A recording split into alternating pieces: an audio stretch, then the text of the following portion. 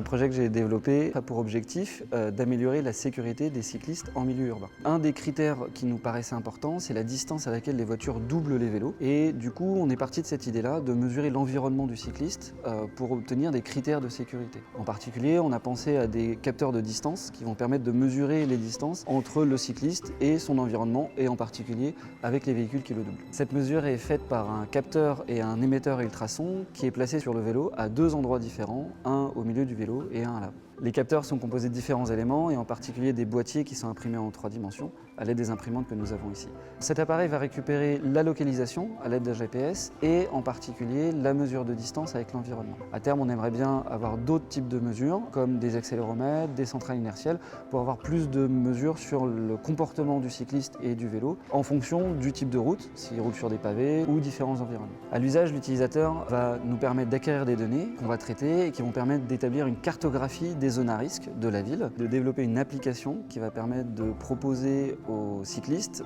des trajets, ce sera un GPS, pour pouvoir éviter ces zones à risque qui auront été mesurées par ailleurs. Ce projet a eu le premier prix InnovStreet en 2016, qui est maintenant devenu le Challenge Innovation, qui nous a permis vraiment de lancer le projet, d'acheter 5 vélos, un abri à vélo parce que les vélos sont connectés, il y a de l'instrumentation électronique donc il faut les protéger de la pluie, de lancer l'impression 3D des boîtiers, d'acheter des capteurs pertinents. On est passé d'une boîte en carton à des boîtiers imprimés en 3D et vraiment ça a permis de montrer que la faisabilité était garantie. On a besoin de fonds supplémentaires pour augmenter le nombre de capteurs, pour augmenter le nombre de mesures et être beaucoup plus pertinent en termes de cartographie. On espère que ça va intéresser les municipalités ou les pouvoirs publics parce que ça va permettre de savoir si une zone est très utilisée et il n'y a pas de piste cyclable, au contraire s'il y a des infrastructures prévues mais qu'elles ne sont pas utilisées pour différentes raisons. L'utilisateur préférera avoir un trajet de 2 minutes ou 3 minutes supplémentaires dans un environnement qui est sécurisé, confortable, plutôt qu'un trajet qui est simplement le plus court et le plus rapide mais qui est du coup beaucoup plus dangereux. On a déjà des mesures, on a un capteur qui fonctionne, on a une cartographie qui est en ligne et on a vraiment montré que